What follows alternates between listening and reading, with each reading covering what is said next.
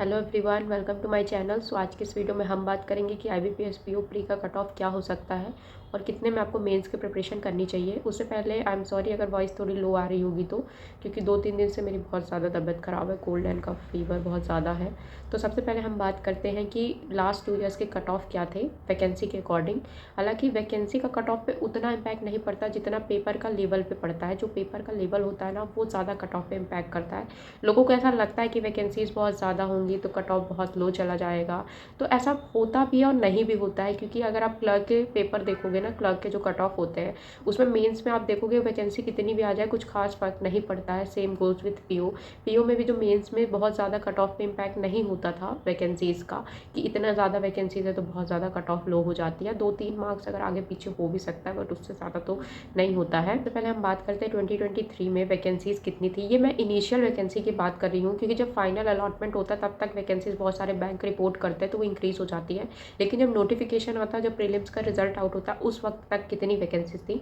तो 2023 की मैं बात, उसमें अराउंड 3000 वैकेंसीज थी और जो कट ऑफ गई थी 54.25 गई थी। जनरल कैटेगरी की मैं बात कर रही हूँ। इससे अलावा अगर आपकी कोई कैटेगरी है तो इससे कम ही कट ऑफ थी।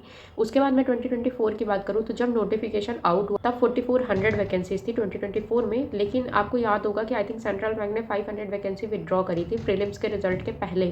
तो जो रिजल्ट आया था वो 3900 वैकेंसीज अप्रॉक्स पे आया था। तब जो कट ऑफ गई थी वो गई थी 48.50। तो आप देख रहे हो कि कट ऑफ में कितना ज़्यादा ड्रास्टिक इम्पैक्ट आया था 2023 एंड 2024 को अगर आप कंपेयर करोगे तो।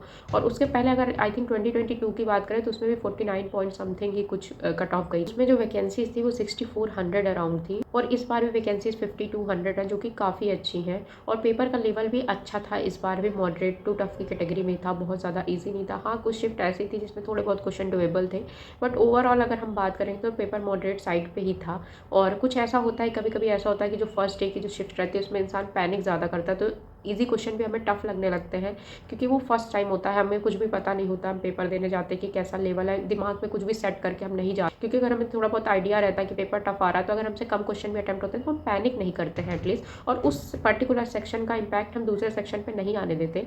लेकिन जब हमें कुछ नहीं पता होता तो बहुत ज़्यादा थोड़ा पैनिक में, अगर हमसे ईजी क्वेश्चन भी ऐसा लगता है कि हमसे नहीं हो रहे हैं तो हमें ऐसा लगता है पेपर हाई लेवल आ रहा है, लेकिन ऐसा नहीं होता है। थोड़ी सी मॉडरेट रहती है, थोड़ी सी हाई साइड पे रहती है, उनके मार्क्स इंक्रीज होते ही होते हैं। एक्यूरेसी का, नॉर्मलाइजेशन का कोई रोल नहीं होता। ऐसा मैं ये नहीं बोलती हूँ कि अगर आप बिल्कुल 0% एक्यूरेसी रखो, लेकिन हाँ, अगर आपकी अच्छी एक्यूरेसी है तो नॉर्मलाइजेशन में भी आपको मार्क्स तो शिफ्ट वाइज ही इंक्रीज होंगे। ऐसा नहीं है कि आपके 100% एक्यूरेसी है तो आपको एक्यूरेसी के एक्स्ट्रा नंबर नहीं मिलते, एक्यूरेसी के नंबर एक्स्ट्रा नहीं मिलते। शिफ्ट वाइज नॉर्मलाइजेशन होता है, वहाँ पे ओवरऑल देखा जाता है कि शिफ्ट वाइज कितने एवरेज अटेम्प्ट है, उस हिसाब से नॉर्मलाइजेशन दिया जाता है। सपोज आपने 60 अटेम्प्ट करे और आपके 56 मार्क्स आ रहे हैं, अगर आपके बहुत ज़्यादा निगेटिव नहीं, आपके 56 मार्क्स आ रहे हैं उसमें, तो अगर सारे शिफ्ट को 4 मार्क्स वहाँ पे एक्स्ट्रा दिया जाएगा तो आपके 60 मार्क्स ही हो जाएंगे। सपोज किसी बच्चे ने 60 अटेम्प्ट करे लेकिन उसकी एक्यूरेसी अच्छी नहीं है, उसके 45 मार्क्स आ रहे हैं, तो उसको भी 4 मार्क्स एक्स्ट्रा दिया जाएगा और उसके 49 ही होंगे। इसका मतलब यही है कि एक्यूरेसी अच्छी होगी तो आपके अच्छे मार्क्स आएंगे और अच्छा नॉर्मलाइजेशन में आपको फायदा मिलेगा, और एक्यूरेसी कम होगी तो कम फायदा मिलेगा। लेकिन ये बिल्कुल भी नहीं है कि एक्यूरेसी के एक्स्ट्रा मार्क्स मिलेंगे, ऐसा कुछ भी नहीं होता है। ईयर की बात करूँ कि कट ऑफ कितना जा सकता है, तो मुझे ऐसा लगता है कि कट ऑफ वही 48 अगर लास्ट ईयर गया था तो इस बार 52 से ज़्यादा नहीं जाना चाहिए, मुझे ऐसा लगता है जनरल कैटेगरी का। 52-53 अगर मैक्स टू मैक्स जाएगा, हो सकता है 48-49 के रेंज में भी हो जाए, एंड बहुत ज़्यादा जाएगा तो 52, उससे ज़्यादा मुझे नहीं लगता कि कट ऑफ ज़्यादा जाएगी, क्योंकि पेपर का लेवल ऑलमोस्ट वैसा ही था जैसा लास्ट ईयर है। थोड़ा सा टफर साइड पे ही मैं बोलूँगी, क्योंकि मार्किंग स्कीम चेंज हुई थी, तो जहाँ पे नंबर हमारी इजिली वहाँ पे थोड़ा सा ज़्यादा एफर्ट करना पड़ रहा था।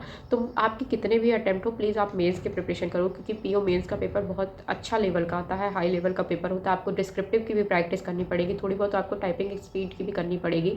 डिस्क्रिप्टिव में भी ऐसा है कि इस बार थोड़ा सा पैटर्न चेंज हुआ है, तो आपको उसके लिए भी अलग से थोड़ा मेहनत करनी ही पड़ेगी, क्योंकि वो बहुत अच्छा स्कोरिंग सब्जेक्ट होता है, वहाँ से आप अच्छे मार्क्स गेन कर सकते हो। बहुत लोग ऐसा होता है कि कम अटेम्प्ट में मेंस की प्रिपरेशन नहीं करते, फिर आगे जाके रिग्रेट करते, तो ऐसा बिल्कुल मत करें। मेंस की प्रिपरेशन अभी से स्टार्ट कर दो, और मेंस की प्रिपरेशन करने के लिए सबसे पहले आप सेक्शनल पे ज़्यादा ध्यान देना, फिर फुल लेंथ पे जाना।